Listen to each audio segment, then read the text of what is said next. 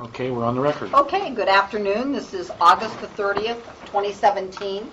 This is a work session, a specially called work session, with the Board of County Commissioners, our judiciary from the Court of Common Pleas General Division, along with their court personnel, and also our prosecutor, along with some of his staff. And with that, I'm going to turn it over to Brandt or to the judge or whomever is going to speak first. We're all aware that the budget that was approved by our legislature had in it significant cuts to the DRC budget, and in turn DRC is looking for a way to reduce the prison population in Ohio, and so consequently there's some legislation that has some very significant impact for our community, and a decision needs to be made regarding whether or not to accept certain funds from DRC in exchange and to be weighed against the safety of our community.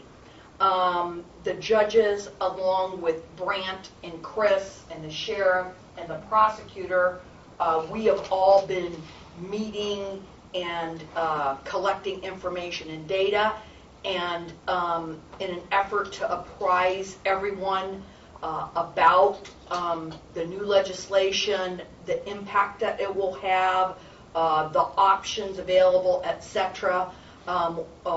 The youngest and most technologically savvy judge on our bench has prepared a PowerPoint presentation to assist us in navigating this discussion.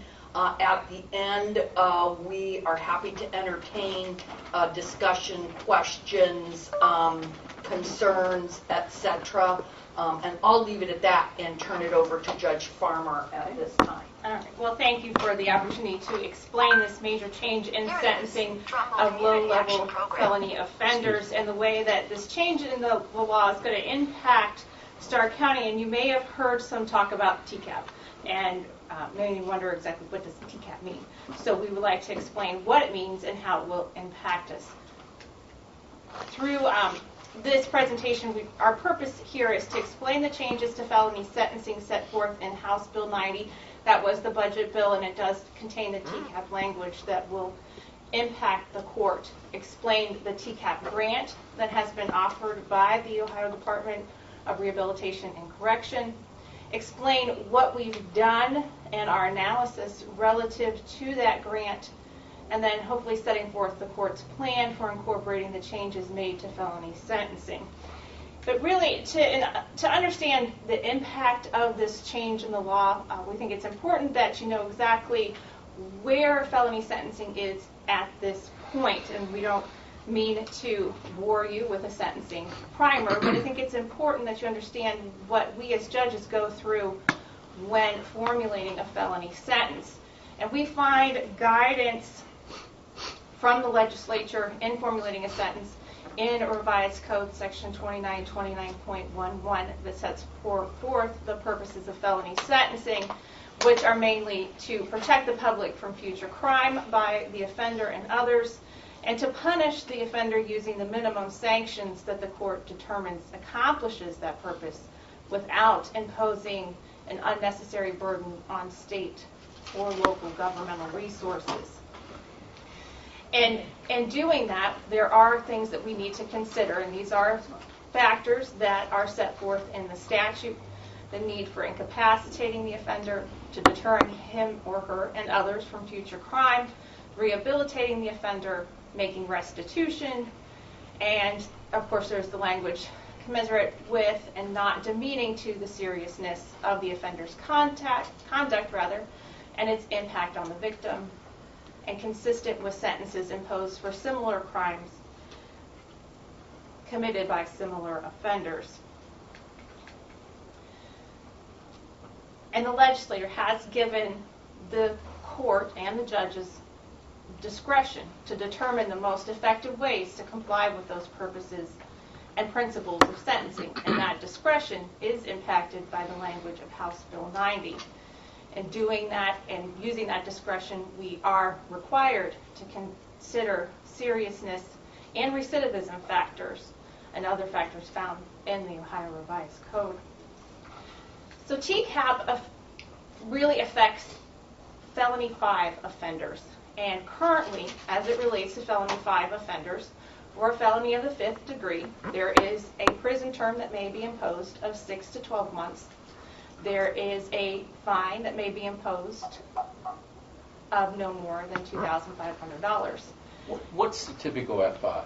The typical F5, and we'll get to that, but Okay. usually All you have your low-level drug offenses, Okay. low-level theft offenses, some breaking and enterings.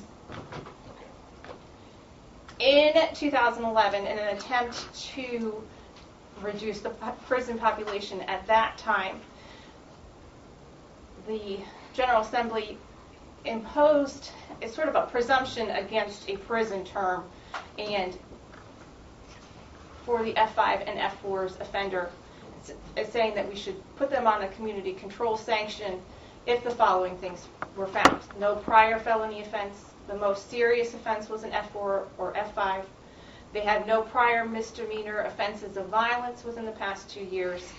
And it gave the option, if we couldn't find a community control sanction that we found to be appropriate for an F4 or F5 offender, we could reach out to the Department of Corrections. If they couldn't come back with something that was suitable, we could send them to prison then.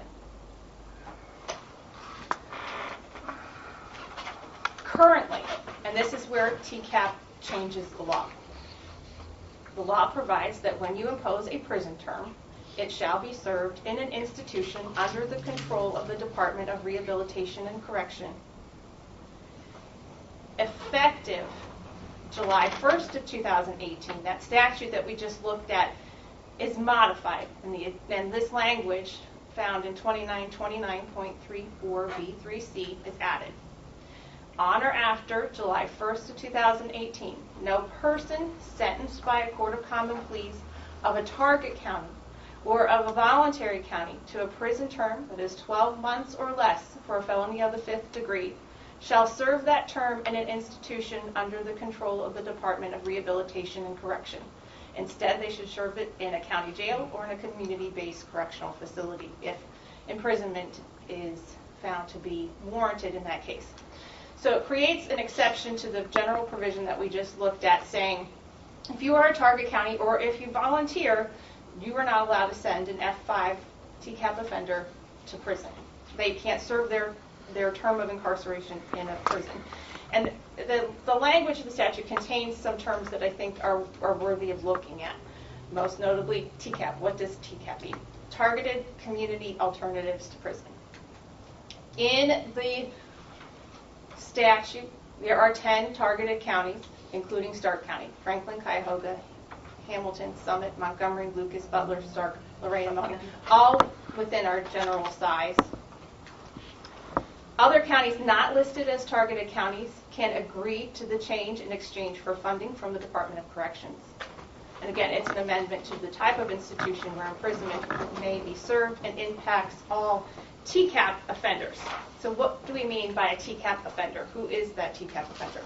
That's someone who's charged with an F5 offense or multiple F5 offenses that are not offenses of violence, sex offenses, offenses that carry a mandatory prison term, or trafficking in drugs. They made that exception. Also, you have to look to see what their criminal record is. They cannot have a prior felony offense of violence or prior felony sex offense, and they cannot be sentenced to a prison term for more than 12 months. And that's where you see people who have maybe multiple F5 offenses, but when you go to sentence them, they would all merge, and you could really only impose 12 months. In 2016, there were 601 F5 cases filed. 71 were dismissed, and there were actually 530 cases that were handled by the court.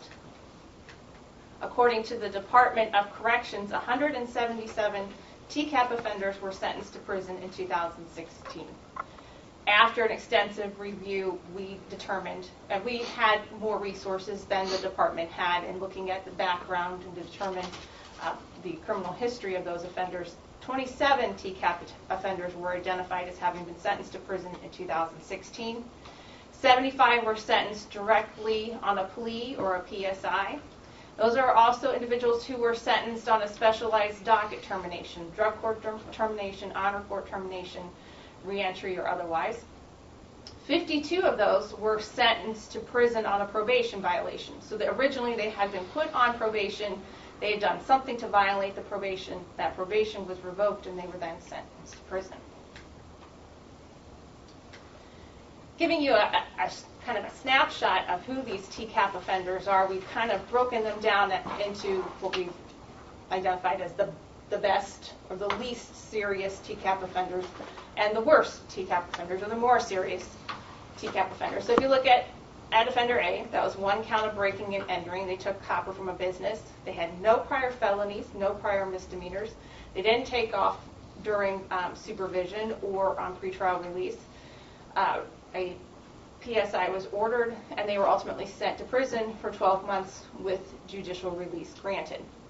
Offender B, somewhat similar, marijuana possession. They had prior felony and misdemeanors. They successfully completed probation in 2011, failed to appear at their sentencing. They were fugitive for 5 months. A PSI was still ordered, but they were sent to prison for 12 months, again given judicial release.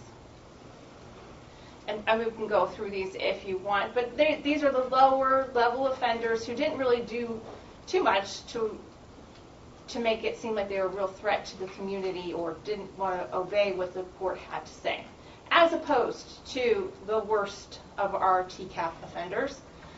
Offender E, possession of cocaine and drug paraphernalia. He had 18 misdemeanor cases, including OVIs. Since 1995, he had 5 felony cases with 6 felony charges. He absconded on 3 of them. 6 probation opportunities, never was successful. Sentenced to prison for 12 months, and when his community control was revoked. Similar to the offender. And you can see with these worst offenders, there's an underlying theme in that they were given the opportunity to do well on probation. They didn't do well. They absconded. They have a prior extensive misdemeanor record that causes the court to have some concern. And you have offender G has 8 prior prison commitments, 2 unsecration opportunities, and offender H, 12 prior prison commitments, 4 unsuccessful probation terminations. All of these worst offenders are considered to be Tcap offenders, which will not be allowed to go to prison effective July 1st of 2018. Which prison were they going to? All over. All over the state. They typically go to Lorraine, which is the orientation facility, and then they are, according to their background and their evaluation of them, then farmed out to the various prisons throughout the state. Okay. You know, there's maximum security, there's minimum. We're just saying they cannot be accepted anywhere under this new law. No prison for them. Except for our jail. But except, Except for Local. local. We'll get to that. Yeah. Okay, all right. You've Sorry to these. interrupt. No, it gets Even worse. these. Even Yeah. these worst Yeah, these are the offenders ones. cannot go to prison. So I thought I heard you Yes. say. okay. So For Is there felony light? 5. Which need? Turn light off, yeah. Yeah, there's Yeah. a glare Okay. on these. I don't know if you guys probably can see it. Maybe it's because I'm looking at them at Is that help help? or not. We'll see. Yeah, I think it's the sun. Never mind. Well, last week it would have worked. This week I'm sorry. That's so okay. It's the sun. It's these fine. offenders that we just talked about, there it is. They cannot be sentenced to prison. I'm going to have the sheriff on Oh, the okay. speaker. Go ahead.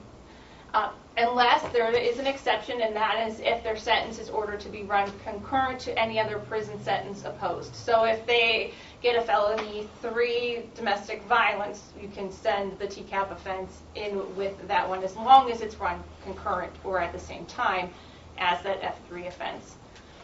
This is true, again, even if they violate a community control sanction, even if they fail to appear for a pretrial or trial, even if they leave supervision or SRCCC, if they're unsuccessful in SRCCC, or if they're terminated from, again, a specialized docket. The impact that this will have on Stark County means that an average of an additional 143 offenders a year must be handled locally within the community. This will increase the jail population, it will increase offender supervision, it will increase the risk of safety to the public, and for Stark County, this will be mandatory July 1st of 2018. Prior to that, in fiscal year 2018, it is voluntary for Stark County.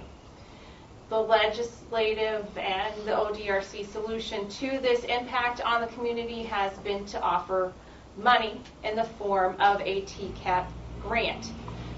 Now, in fiscal year 2019, this revised code section 5149.38 will be mandatory on Stark County. Until that point, this part is optional.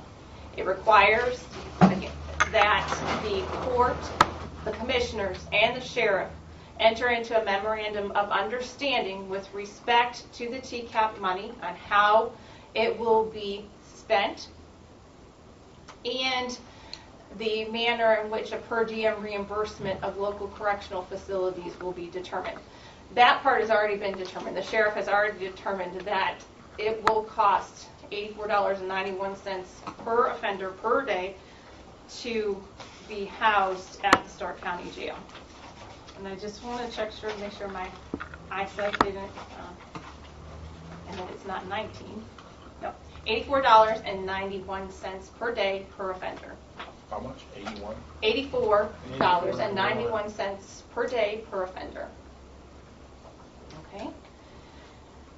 I put this in here just so that you kind of get the tone that the department has taken with respect to this Tcap initiative.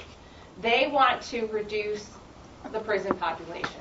And They give us the, okay, I get it now. They, Ball down the hill. right, they have a goal of reducing the prison population from 49,104 inmates during 2018 and to having it 47,538 in fiscal year 19. If this is not accomplished by their initiative, they are reserving the right to amend the Tcap grant, meaning they're not going to give anybody any money to deal with these offenders, and they're still not going to take the people in the prisons. So the burden will be on the counties. The burden will be on the county with no state money. Yeah.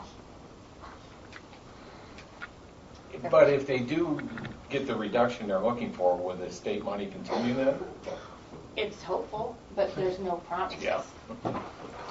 Another budget, another day. Yeah. It's somebody else's problem. It's not theirs. Yeah, another governor, yeah. Again, the solution to this initiative is the grant. What is Stark County's share of this grant or this carrot that's being dangled in front of all of us? $1,961,002. By the way, is it not a true statement that the top 10 most population counties must participate as of July 1/18, For fiscal year 19, it is mandatory, but just for the top 10? just for the targeted communities. Right. Yes. But any of the 88 counties can try to participate and pull grant dollars by doing this. Correct. I'm sorry, just No, want to that's clarify okay. for them. So this is the amount of money that the court is looking at. That encompasses fiscal years 18 and 19. And again, this total amount is only available if the court opts in for the voluntary year of 2018. For 2018, if we do opt in, we will be given $882,901 to adjust to the Tcap offender, which means Tcap offenders could go to prison, but if we agree not to send them to prison, we'll get money. If we do send them to prison, we'll be reduced in our grant amount per day that the offender's there. In 2019, they're going to shut their doors to Tcap offenders from Stark County. We will be given $980,501 to deal with the problem locally. Interesting to note that if we do not volunteer for fiscal year 18, the total amount available is going to be reduced. So as opposed to having half and half, or the remainder of the $1,961,002 available in 2019, we would have less. We'd only have half of that. That was very unartfully explained. Half of the 9. So we will have in 2019, if we do not participate in the grant in 2018, we will have $980,501. If we had participated in the grant in 2018, we would have gotten $882,901. And then in 19, we would get the remainder of the $1,961,002. There is a restriction in the grant that no more than 50% of the annual grant money may be spent on jail beds. The money cannot be used for any capital expenses. And where do you put these people? Gander Mountain might still have a sale on tents. We better get up there. Jesus. This is what I was referring to, that if in the voluntary year, the fiscal year of 2018, when we can send a Tcap offender to prison, if you do send them to prison, you will be assessed $72 per day per offender when they're in prison. And that's going to be assessed against your grant funding. And again, in 2019, they're shutting their doors and will not take any Tcap offenders from Stark County. At this point, the court is faced with the decision of whether or not to voluntarily participate in the Tcap grant for fiscal year 2018. And we have had concerns about this issue for a while now. We've had several judges' meetings on the issue. We've had a meeting with the judges and State Representative Kirkshorn prior to the bill becoming finalized to express our concerns about it. Several meetings with the prosecutor, sheriff, the Brant, Chris, a telephone conference with the Ohio Department of Corrections just to answer some questions that we had, because there's not a lot of information that comes from ODRC, and when it does, it's piecemeal and inconsistent. That's putting it nicely. Discussions at Community Corrections Planning Board sessions, both with the full committee and during executive sessions. We have participated in multi-county conference calls with the department and county administrators from the target counties, the Big Ten. We had a conference call yesterday. We've done an in-depth and focused statistical analysis on the financial aspects of the Tcap grant, an extensive review of the Tcap population from Stark County currently incarcerated in Ohio's prisons and the threat to public safety associated with such population, and a review of our current resources and funding, and obviously in-depth discussions on the philosophical and constitutional issues of this initiative. And I only put that in there to show you that we have taken this seriously, and we have done everything we believe we could do and we needed to do to make informed decisions and have informed discussions about this topic. In doing so, we took a basic approach, looking at the pros and cons of this extra money. Clearly, it's a financial advantage. You will get $1,961,002 into the county with little restriction on how it's to be spent. $980,501 is the maximum that may be spent on jail beds during the entire grant period, at the rate of $84.91 per day per offender as determined by the sheriff. That will buy 11,547 jail bed days over 2 years for Tcap offenders at the Stark County Jail. The additional funding that we would receive would not only fund those beds, it would support extra personnel, supplies, equipment, operating costs, purchase services, and other services necessary for supervision of those offenders in the community. We have identified that we will need 2 additional ISP officers, 2 day jail monitors, day reporting counselor, an additional PSI writer, and a grant compliance officer. Another advantage to participating in the Tcap grant for fiscal year 2018 is to prepare for the ultimate changes in the law without cost to the county. The change is coming in fiscal year 2019. We better get ready for it now. If we don't, we will have to ask for additional funds to prepare for the sentencing changes effective 2018. And that's going to be approximately $70,000 from the general fund to our budget. We believe that in order to be prepared for the change as soon as it happens, we'll need one ISP officer, their salary and the benefits, their training and their equipment, I listed it separately, and then supplemental salary to current employees to staff and create a database and track offenders. And finally, another advantage to participating is a contribution to the prison reduction process. We will be able to provide early input to help direct the implementation of the grant in fiscal year 2019 and hopefully beyond. And there is somewhat of an overriding concern. It was a concern expressed by one of the top 10 counties yesterday that if we don't help to reduce this prison reduction process, the Tcap grant and other ODRC grants could be in jeopardy if the prison numbers aren't reduced.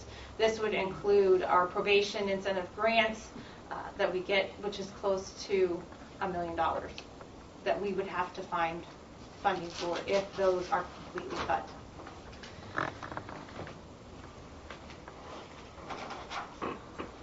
Now, the disadvantages to participating in the grant early: overriding concerns of public safety.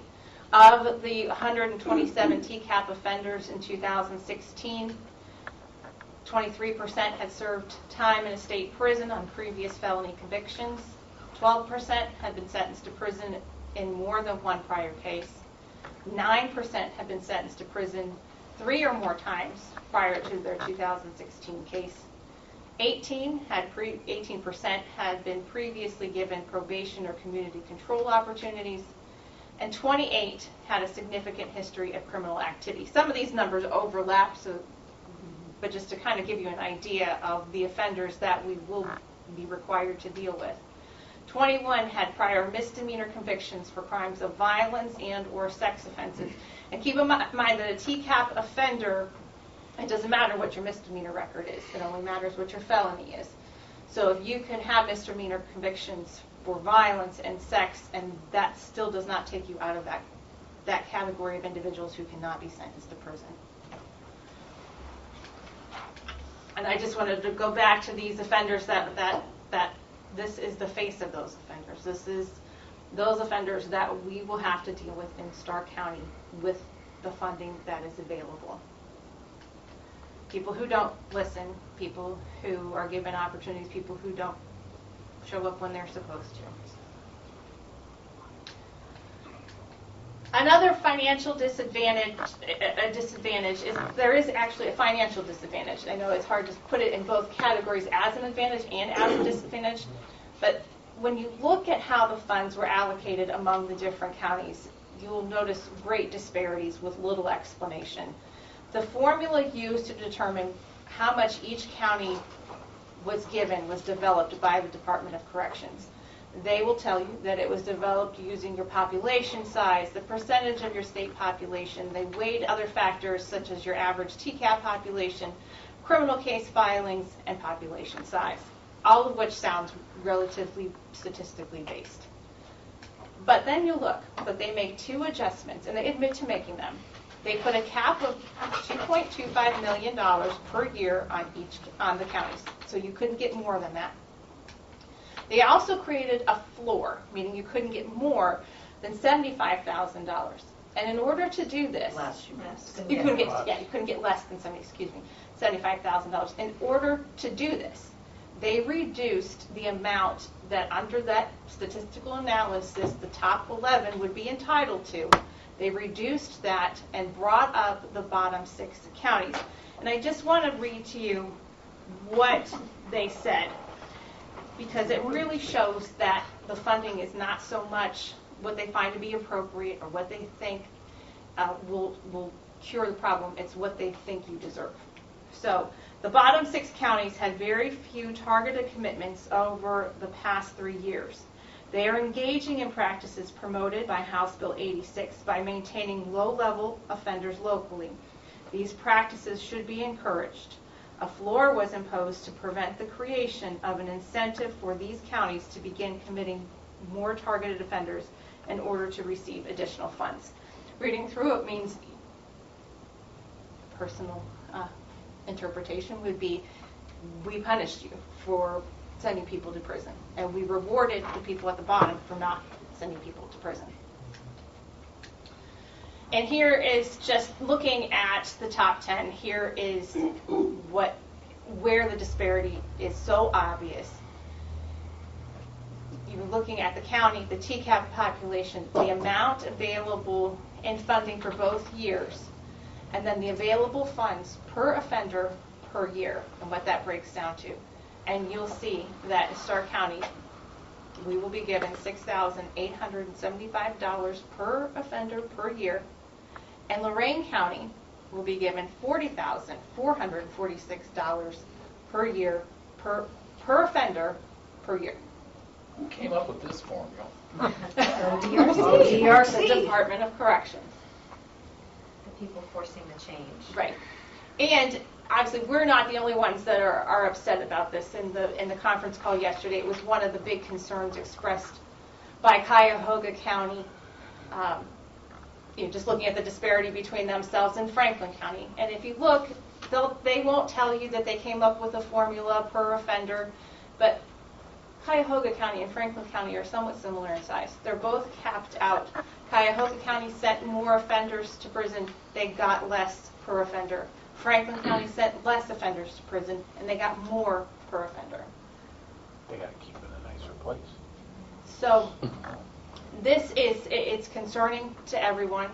And like I said, in Cuyahoga County, I think they've talked to their prosecutor about potentially instigating some litigation as it relates to the disparity among the counties.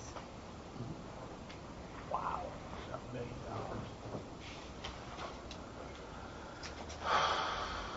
Yeah, Bill, were you just looking at Summit? And Stark, We yeah. had approximately the same number of Yeah, Tcap offenders, three but there's people a difference, huge yeah. disparity. Mhm. Yeah, $1 million They bucks. get 10-6, we get Yeah. 6-8. Yeah. Right. This is the worst plan developed since the Browns drafted Johnny Manziel.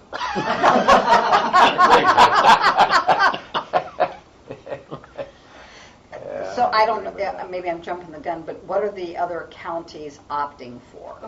Oh, okay, all right, we're getting there. Yeah, we're gonna- Sorry. We're gonna Okay, get- I figured you had a plan. I had a Okay. plan. Thank you, ma'am. So in general, this formula is unfair, it's inequitable.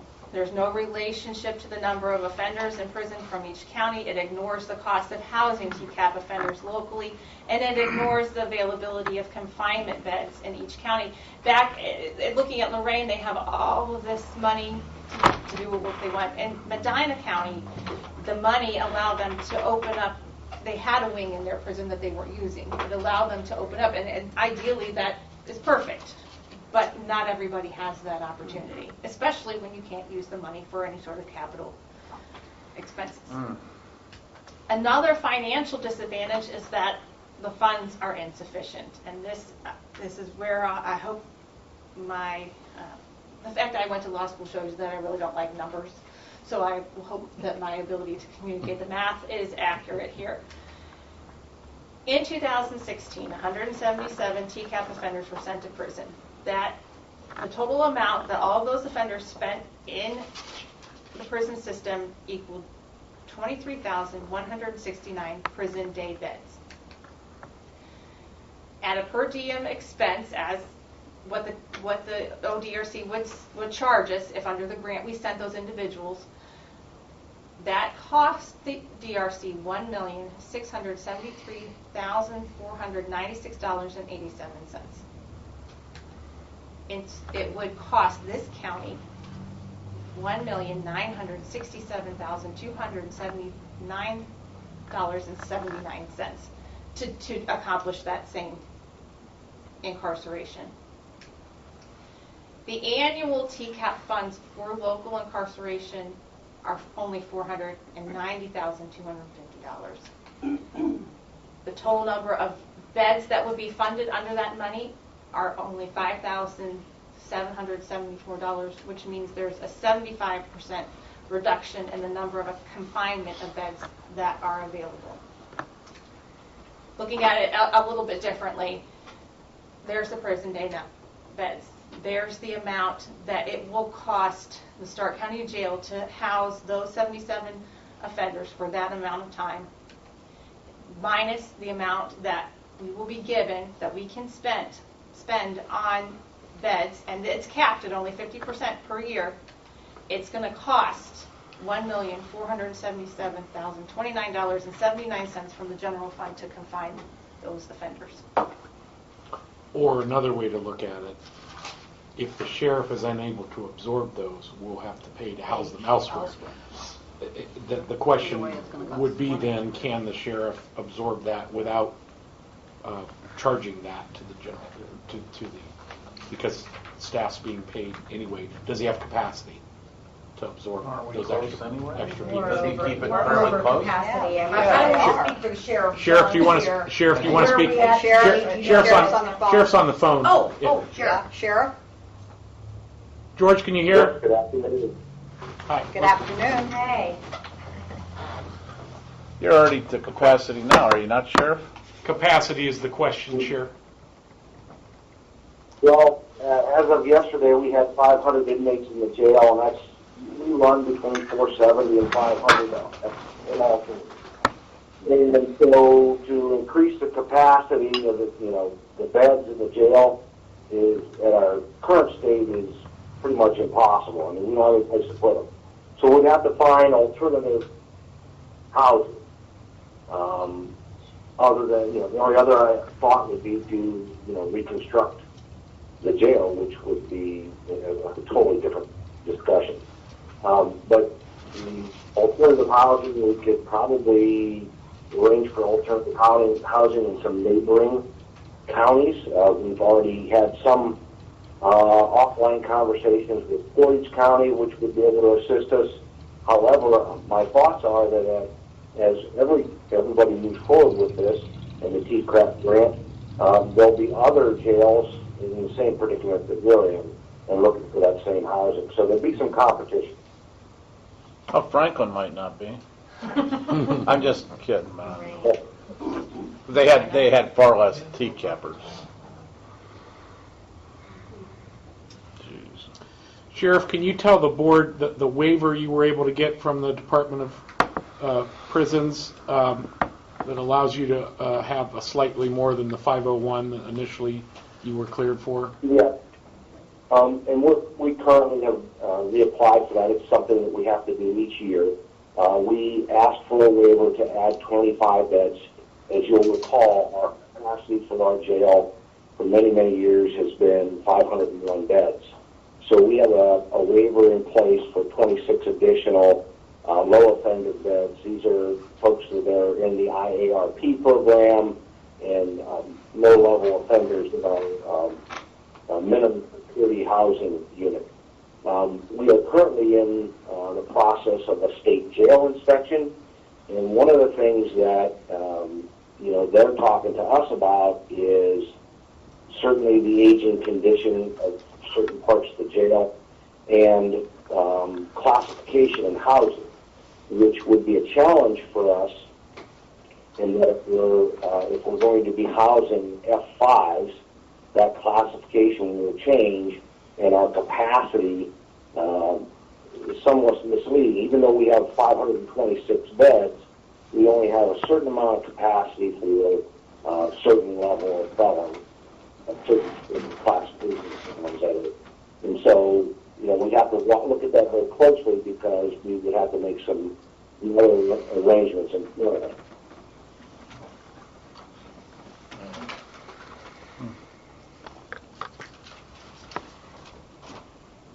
Another disadvantage, just moving on so that you can understand, we do have overriding constitutional and philosophical concerns with not only the change in 2019, but agreeing to the change earlier than the law requires.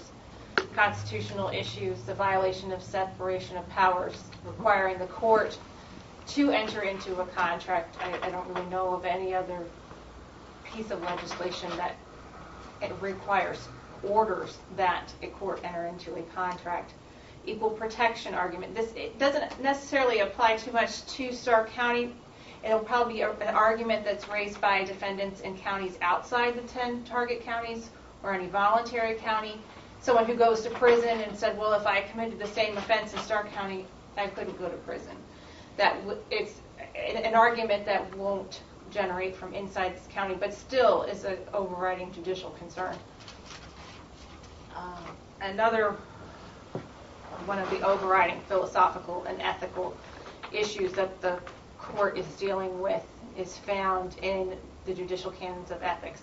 A judge shall uphold and promote the independence, integrity, and impartiality of the judiciary, and shall avoid impropriety and the appearance of impropriety.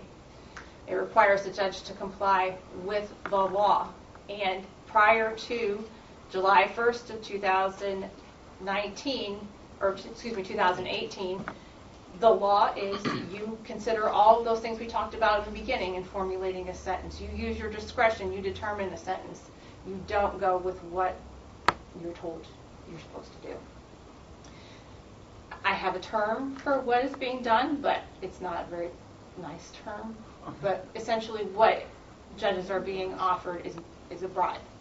You don't send people to prison and we'll give you money. But it's a sanctioned bribe. Where do we go from here? The deadline for the fiscal year 2018 grant application and the memorandum of understanding between the court, the commissioners, and the sheriff was August 21st, 2017. We received an extension until September 18th of 2017. If we don't make a decision by that time, if we ultimately decide to opt in for fiscal year 2018, the amount available will decrease over percentages. As of August 21st, 2017, of the 10 target counties, 4 submitted memorandums of understanding for fiscal year 2018, meaning they opted into the grant. Lorain, Lucas, Mahoney, and Montgomery. Lorain, I don't think that it takes a genius in math to figure out why you would go in. You're given $40,000 per offender. Why wouldn't you? You could hire somebody to sit with them for an entire year. Lucas County was one of the pilot counties, and they're just going to keep doing what they're doing. Let me jump in here. Sure. In Lucas County, they actually, you're allowed to band together with adjacent counties to pull your funding and do it. And that's, in fact, what Lucas County did. I think it was Auglaize County, and I forget another one. But they also have a unique situation in that, addition to their county jail, they have a regional correctional center, and they have a lot of bed space. I just want to point out that why some of these other counties might have been motivated to opt in. Mahoning County opted in because they desperately wanted a pretrial release program, and the only way they were going to be able to fund it was to get the money from Tcap. Montgomery County was very candid and said that the only reason that they went in is because they were petrified that future grant funding was going to be cut, and they had nowhere else to get the money from. The 6 counties remaining in the Big Ten, including Stark, again, have obtained extensions. And of the 88 counties, 54 counties have volunteered for Tcap for fiscal year 2018 or obtained the extensions. So that's where we are right now. That's the decision that we are making. I will note that it's somewhat interesting in the conversation with the top 10 yesterday. Butler County had initially, and we consider ourselves very akin to Butler County, had voted no. That they were not going to volunteer. The judges. The judges voted no for fiscal year 2018. They were asked to hold off for a minute by the county commissioners because they wanted to have more of an input, as opposed to taking that route. We, as judges, have our own feelings with respect to it, but wanted to open it up to you all for questions and opinions and suggestions on how we handle this. And the other thing I would mention is that from the very get-go, we've been meeting with your representatives, the sheriff's department. We didn't just come in at the nth hour and say this. I feel that we've done a stellar job of keeping everybody in the loop. Is that the end of yours? Yeah. Okay. I have for you handouts with a lot of the statistical information, so you don't have to review the entire PowerPoint presentation again, should you need to refer to this. So you're not asking for an answer today, naturally. No, we're opening it up for Okay. questions, discussion. And that's why we Yeah, sent you're Grant ready to and go. we sent Chris Right. to And represent our the interests. reason why this is important is the MOU, in order to enter into it, it has to have all three signatures of the board, the judges, Administrative judge, and administrative judge, sheriff. and the sheriff. Right. The other thing I would like to point out is, we did invite all the legislature to meet with us. Sent them a nice letter. The only one that contacted us at the time, we met with Mr. Representative Schuring. And kind of he was discussing with us, what was going to be in the bill was almost totally different than what we It saw didn't in the end up. end. But we did invite everyone else, just to know, we tried to do our due diligence here and get information from We everybody. tried to head it off at the pass. Right. Drop that ball too. I mean, at the time that Representative Schuring met with us, and one of the reasons that we reached out to them is we had received a notice from the department indicating that our probation grant was going to be cut by 20%. And obviously that's a cost we could not absorb, it was a cost we couldn't deal with. We met with him, he explained that when the budget bill left the House, it had in the bill, if your jail was at capacity, Tcap didn't apply. You could still send offenders to prison. The department was not happy with that. Essentially, sending everybody a letter saying your grant's going to be cut was sort of their way of getting what they wanted in the ultimate bill, which was when it left the House, it had that overflow provision that was cut from the final They draft. created leverage for themselves. Yeah. Yes. And the day after the bill passed, they restored the funding. Yeah, it was total, it was Clear complete, that was. it was complete It's- extortion. yeah, It it's was financial. just extortion. So our prisons are just filling up over capacity and are trying to just trim this down on their end, or are they closing any? What was it that they said on the conference call, that the 52,000 is the current average, and they wanted to get it to 47 on an annual basis? Well, That was down. the beginning, yeah. Down, but, By fiscal year 2019 to 14. so Yeah. that that- group, Again, Is putting that it just, on us. well, is that's- that right. just a dollar and cent thing that they're going after Yes. to trim their budget? Yes. So it Yes. has nothing to do On with the backs headspace of on their the side, backs nothing. of the local There, and then, communities. so obviously it's easy to kick the ball down. Right. Right. Exactly. And then offer the money as if it's a big dollar amount, but then when It's you really not. actually do it, it's not even half what it would cost. The But I budget still versus don't get safety. how they come up with these numbers. They Depends. change their explanation every time you Well, because- try to talk to them. It's a double What's secret Representative formula. Schuring say? They won't. Well, we haven't met with him since that this. came Yeah, out. Right, came and out, yeah. my guess is he would tell you that it was given to the department to determine, and it wasn't a legislative action to determine how the money was dispersed. It was only a department. Right. The formula was developed by ODRC, not our legislators. I mean, I think the very frustrating part about this whole thing is if state government wants to reduce the prison population, what they should have done is created a task force to study the issue and go about it in a rational manner with comprehensive information and data, especially concerning the resources of every county, because some counties currently have no bed weight whatsoever, whereas the resources that we have available in our county are very limited. We have bed weights at SRCCC at Deliverance House, at Wilson Hall, and those bed weights oftentimes take up jail beds at the jail, waiting for offenders to get into those residential treatment programs or the community-based correctional facility, which is SRCCC.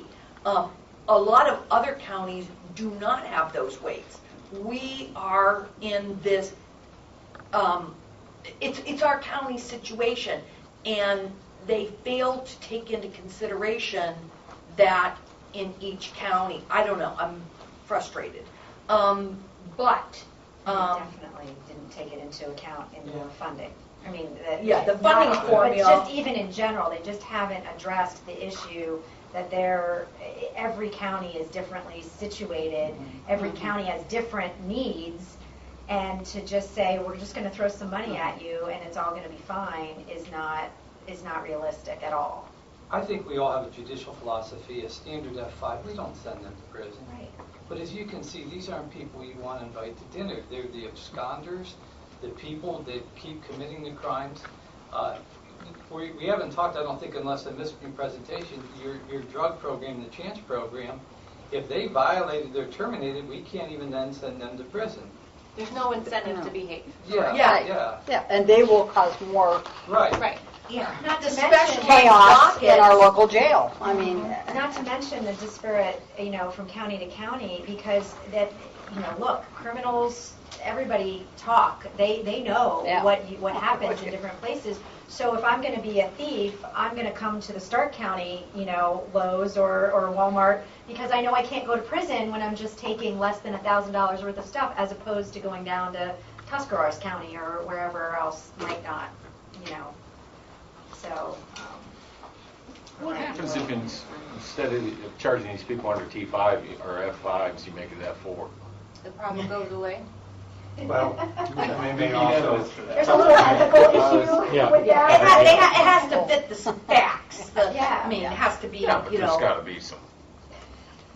Well, if they don't attain the reduction in prison population, they take away the money, but the law still remains in effect for July 1 of 2018. They're not going to take them in prison. Yeah, They'll just this take is only some money. voluntary, us participating in this is only voluntary until July 1 of 1918, and then it's no longer voluntary, at least for the next fiscal year. Right. Year 3, who knows what happens? Yeah, you're only showing money for 2 years. Yes. Correct. right. And 1 year's voluntary. Then you fall off the cliff. Because if you're There the may not defendant, be. you'll just take it to trial, and first of all, we'll have all these extra trials, which and it cost, will. more, and they'll be acquitted, because you have to prove the dollar amounts for the theft and all of that, and Well, if they even out these funding dollars, wouldn't that make things? wouldn't that be great?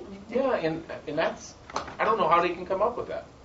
That was The our long and the question. short of it, we need to realize that no matter what, our county is going to be less safe. The question becomes, do we take money at the expense of safety in our county early, that year. or do we refuse their money, keep our county safer until July of 18 and deal with it? And Go ahead. I'm not trying to put anyone on the spot, but is there a general consensus that the judges reached and the anticipated sheriff? that. And I would be the Let me one. just stop. At the meeting, what did I say? Shannon was Yep.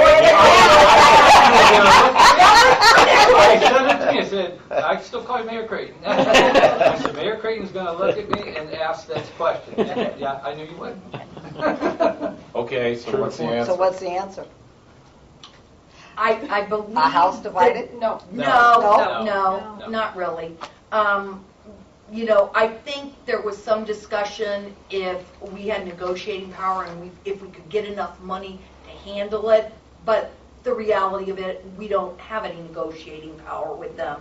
And consequently, I think the general consensus is that we're not willing, and we all want to be on the same page here. I don't want this to be some kind of political football. Right.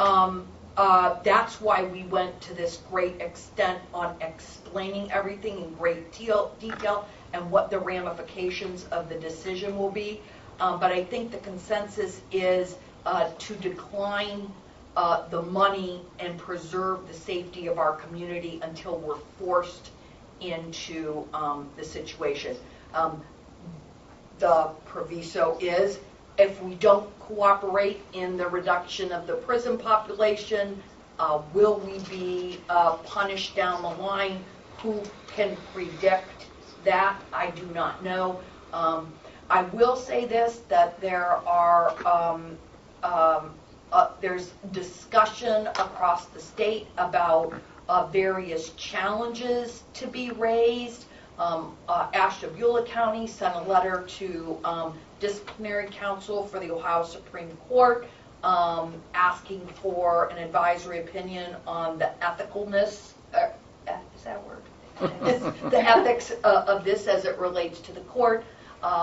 We anticipate that there's probably going to be some type of litigation when an F5 offender in a non-targeted county is sent to prison, which that has to go up the chain. I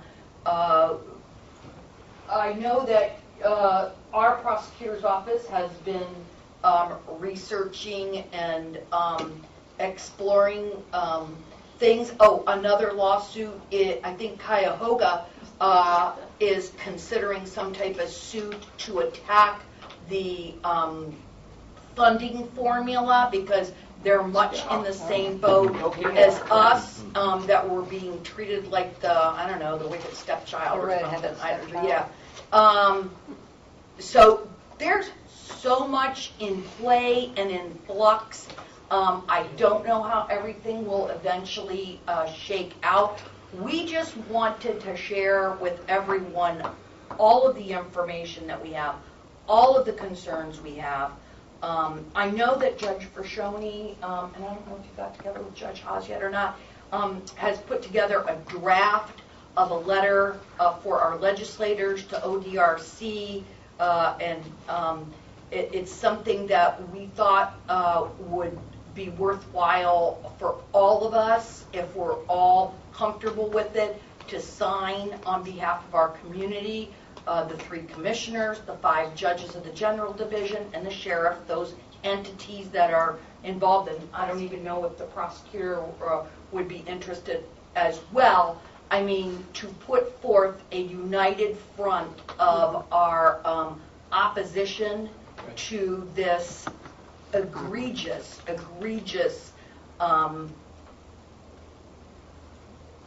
legislative Bribery. Thank you. It's difficult not to call it what it is and be professional about it. But I never, and Judge Haas, we asked him yesterday, because he's been around a lot longer than the rest of us, he said never in his whole tenure on the bench has he ever seen an initiative like this that emulates from a budget bill. And I really think, and we were discussing this as well, I don't even think that our legislators understand They're aware. what this means for our county and what they signed on for. Yeah, I drafted 2 letters that Judge Haas made some corrections when I finish the trial tomorrow. I'll meet with him, and if you would like, we could send it to both the sheriff and the commissioners, and if you're willing to join it. Again, I don't think they understand the ramifications, and I also think the Stark County community needs to know, what the ramifications are themselves. Maybe they can do something down in Columbus once they realize what's going on, but if you would like, we could send those to you as well. Great. Is the sheriff part of this consensus? Sheriff? Well, this is interesting. I apologize that I'm not there with all of you to see some of the expressions on your faces. These are Kodak moments. It's complex issues. But I think we have to go back to some basics. I think I highly respect everybody in that room. And I think that you feel maybe the way that I do, that once in a while something will come along like this, and if it's wrong, I think it makes us wrong as well for going along with it. So I think that probably expresses my opinion pretty well on this. This is wrong. We're being hybrid. It's going to change the face of the criminal justice system in Ohio, and specifically Stark County. It does not make for a safer Stark County. I cannot support it if it does not make for a safer Stark County, because that certainly is my mission. I think there are a number of options. I like to see the letters that are drafted, and certainly have an interest in joining on those. But I think we're in for a fight here with this. I think we need to stand up for what's right and push down what's wrong. Yep. You're never wrong for doing the right thing. Right. And nothing good is going to come when money dictates justice. No. So I would tell you that I think that for all of us, it weighed heavy on our minds that I think it's probably unprecedented that anybody came to you to tell you that we don't think we should take $900, maybe $100,000 for Stark County. I mean, that is the reality of it. But when you weigh it against what it actually means and what it will do to this county, there's no way that it benefits it at all. Okay. So if we keep sending them off to prison, they're going to deduct out of what they would have allocated us. We'll get half in July of If 18. if we don't voluntarily They do keep this, chipping away. we get half. They don't deduct, we just, Well, yeah, Only but get in half. essence, they're If we deducting. voluntarily They're chipping in- away at it. well, but Or we'll just get half. if we voluntarily enter in and we continue to send some Tcaps down there while we're voluntarily participating, they deduct those Okay. from our allocation. But So if we get don't half. go in, So then then we get half. in 19, what happens then? At 19, they shut their doors to Tcap offenders from Stark County. They will not. Either way. Turn them 18. around. They'll Either way. turn them But around then if we try get to do nothing it. because we didn't voluntarily do it. No, we still No, get Or half we the get grant. half. We get just half. get half. Yeah. Then it's split it up into And then we don't fiscal know years. in 20 if we get We don't know anything, because until we nobody have knows it. if we'll get Correct. anything, There's gonna whether be we lawsuits. volunteer or we don't Oh, yeah. volunteer. Right. So, And we do have to be careful because if we do not participate for fiscal year 18 and we send offenders to prison, say we send somebody tomorrow to prison for a year, they're going to be in prison for an overlapping time when the grant starts. So they'll be in prison from July 1st of 2019 to August 30th of 2019, and we will be assessed that money. That money will be taken away from our grant, so we will have to be very, very careful and keeping track.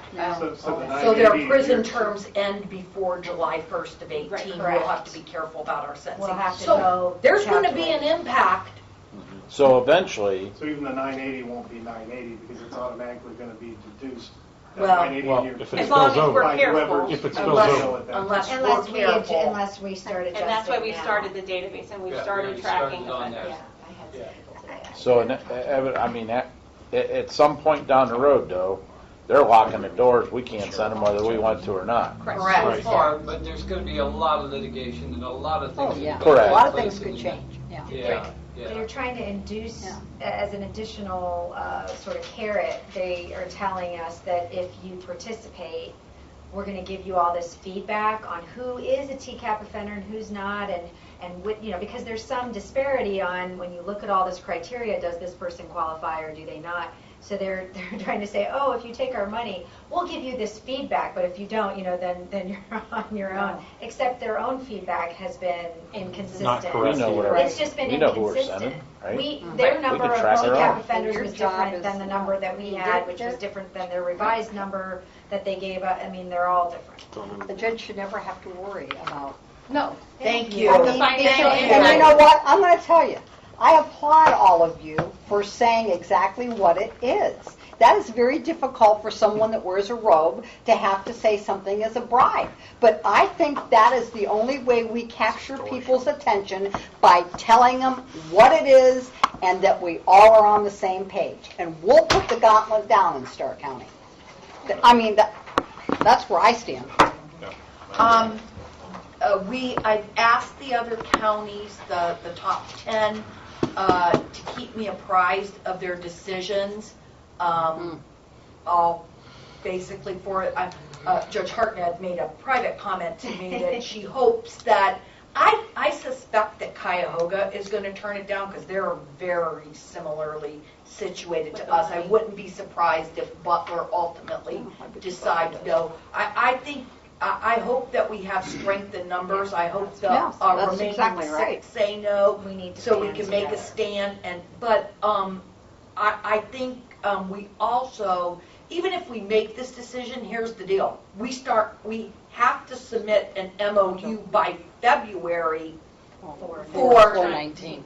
Yeah, so we have to start working on that. And then I think we need to be extremely proactive about educating our community and our legislators, and we need somebody to introduce a bill, and we need to keep apprised of all litigation that's going on around the state with respect to this issue. We also, at the Community Correction Board meeting, talked about getting a group, a commissioner, sheriff, a prosecutor, a judge, and meeting with the repository editorial board and explain whatever our decision will be, the basis, so that they have an understanding of what's We going gotta on. get this out. Yeah, well, we thought we Yeah. should probably Yeah. take our PowerPoint, Yeah. or actually Yeah. invite them to the However, court for the yeah. PowerPoint Yeah. presentation. Yeah. The reps editorial Right. board, WHPC, anybody who's Who will listen. interested. I know Right, Robert's yeah. here today, but we have to educate the public about this. We're not willing to take money in exchange for safety. Yeah, exactly. Well, I want to give the judges a thumbs up because they didn't sit on, I mean, this came out at the last minute. It's, wouldn't you say, organically come together from DRC's side? I mean, it's just been, they've been building the airplane as it's flying, and the disadvantage was all on Stark County's side, and everybody, all the Big Ten are in the same position. But these guys were way ahead of, I mean, even some of the other county I will administrators say were that scrambling. I would agree That Stark with you, County Grant. was ahead, so. We are I mean- light years ahead of some of these other counties in terms of our data investigation. Dwayne has has done a done- phenomenal job yeah. in pulling together statistical information. We've been very proactive. I mean, we scheduled that video conference with DRC before everybody else did, so quite frankly, those subsequent conferences. Well, they probably thought we'd just take money. Well, they Well, probably yeah. said, they probably thought You know. they had Yeah. their thumb on us, Yeah. so to speak, but. Well, we ran a campaign just not too many months ago Right. based on the safety of this Safety, county, right. and I am not going to renege on my promise Yeah. to the citizens. Can I ask a quick question? And that didn't come up, and I don't know that it really is pertinent, but numbers guy looks at it. In looking at the per case allocations, the summary, does anybody have a good rule? Well, like the top three numbers, just the number of Tcap offenders looking at populations of counties, they kind of jive, but Franklin's way larger than us, but they've got less Tcap offenders. Lucas is slightly larger than us, but has half. Is there any feel for a couple of those counties why They the number of have extra Tcap offenders? confinement capacity that they have. So they're Locally. taking care of it locally and not sending it to this. Okay. So it's not the And number they have other of F5s out alternative there, it's how many F5s they're sending to this. And Lucas County was the pilot county for Tcap. Okay. Is And that they also around- have excess Is that capacity. around Toledo? Yeah, that is Yes, Toledo. Yeah, Toledo that is is the county Toledo. seat Because that's of where Diane Lucas. Williams went for the juvenile detention center thing. Oh, yeah. And they've got some pilot programs there. Okay, so, Your You want to Honor. go get pizza or something? So use our private, our private. See you later, thank you. I'm sorry, thank you. Fly out of here, thank you. So we're going to leave it that we're going to see a letter, we're going to send letters Let's send a and, draft letter over here for First, review. well, and I then- guess, Sprinkle it with- are you guys comfortable that we're just rejecting them? sheriff is, the commissioners are, the court is? Yes. Okay, Yes. so those are the three entities. Sheriff, you all right with that? Yes, I concur. Okay. So then all we need to do at this point, we don't need to scramble to put an MOU together Okay. by September 18th. That was a big looming issue for us. And we will continue to meet to put together an MOU for February, with the understanding that we may need a little bit of money to get ready. I hope you caught that. I was gonna bring that up, but I didn't want to be the It's stunt called at the... transparency. Yeah. We wanted to be very clear that we're going to need... Like, how much are you talking? I think we said about $70,000, a chunk of change to get ready. We can't, we need to have people in place. And I think we asked the question before, and that 70, because it's incurred before that July 1 date, would not be eligible for reimbursement, or would it? Would not. Would not. But it doesn't cover a whole year, it's just the It's just half the startup. year. Right. Yeah. It's The some rest of startup that costs. To get from cost July will be to- covered. So entire the cost. personnel that will be added for the community control piece, they would want those people in, what I'm hearing is, place, you want them in place, trained. trained, and available when July 1 comes down. And we would only ask for, ultimately, we believe we will need 2 officers, probation officers, to adequately supervise the amount that will come in, but being on the conservative side, 1 to get started is going to be more than sufficient Yeah. before we get the funds. But explain the procedure from today forward. Will you go back and call someone and say, Stark County is rejecting this? Is there a date? I mean, I know it's by September. I mean, what do you do? I mean, If we don't submit the MOU, then the money just sits Sits there. there, Because we can okay. still do it So you later. don't have to- They are asking that if we're not going to accept, that we notify them so they can take our share of the fiscal year 18 money and allocate it to other counties. So the target counties are guaranteed the money. I'm telling them So that's a the decision that has to be made, I whether we're would just not going to tell them overtly early. say no or I'd wait till right on the record, wait till the last day to give it to them. Maybe silence is golden in this sense. Yes. Now, and Yeah. all transparency, just so that we've had this discussion, if for whatever reason they believe that our failure to volunteer for fiscal year 2018 is the reason why their prison numbers weren't reduced, and they put the word out there that they may reduce or eliminate funding that we desperately rely on. In fact, our entire ISP department is funded by a grant from the DRC, which is almost $1 million. We have to find That that is somewhere. bribery. Yeah, see, we didn't, That's I don't want to terrible. come Well, around then we sell. in 2018 and they say, Stark County, you didn't get on board, therefore, Your funding's done. I don't want, we wanted to be very transparent about these 2 things. Because, clearly Montgomery County Right. had such fear about that they said they opted in. We don't know for certain that's going to happen, but we did want to mention that was the rationale of Montgomery County. Well, and clearly they have put that in the language, Right, of up there. the law itself, saying if it doesn't happen, they're reserving, these rights to do all of this stuff. And they did it in creating their leverage by saying, just slashing the budget for Originally. probation, by 20%, and then using that as the leverage to get what they wanted back in the bill, and then they put it back in.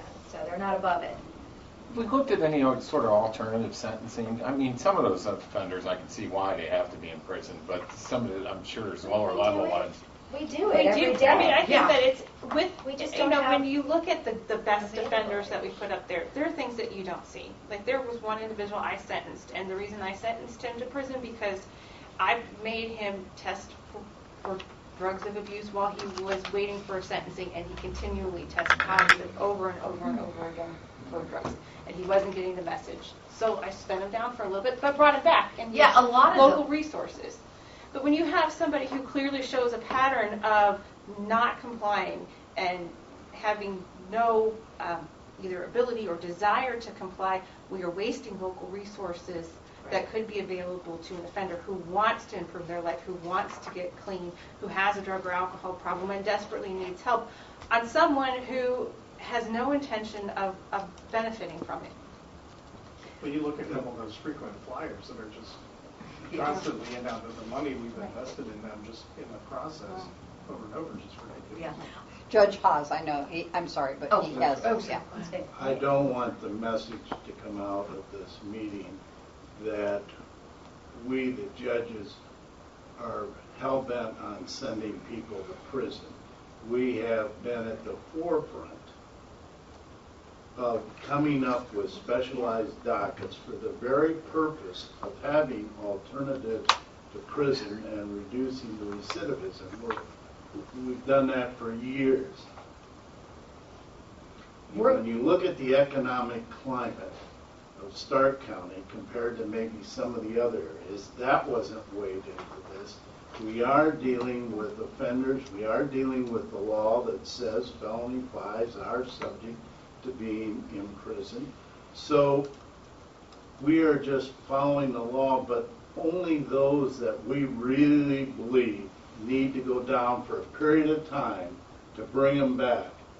And that's what's being taken away from us, is the ability to have that club that if you don't comply, this will be what happens. But I don't want anybody to think, well, Stark County, we just live to send down felony fives to prison.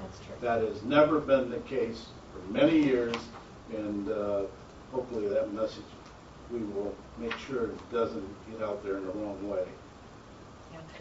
Concur. Yeah, I completely agree. I would That's say right. that, you know, Stark County is known across the state for being one of the most progressive courts in the state and one of the most respected courts in the state for our hard work and diligence, and we enjoy an excellent reputation. I would say that between now and July, we have to start working with Stark, Mar, some other agencies, and start developing some other alternatives. And we also discussed somewhere somebody has got to come up with I think some capital for some more residential treatment or incarceration. We need to figure out a way, if we're going to have Tcap offenders in the jail, we got to get other people out of the jail. We got to reprioritize who is going to be occupying a bed at the Stark County Jail come July 1st, 2018. And we have, you know, about less than a year now to figure that all out. I think we need to establish some type of committee to study these issues, to develop a plan.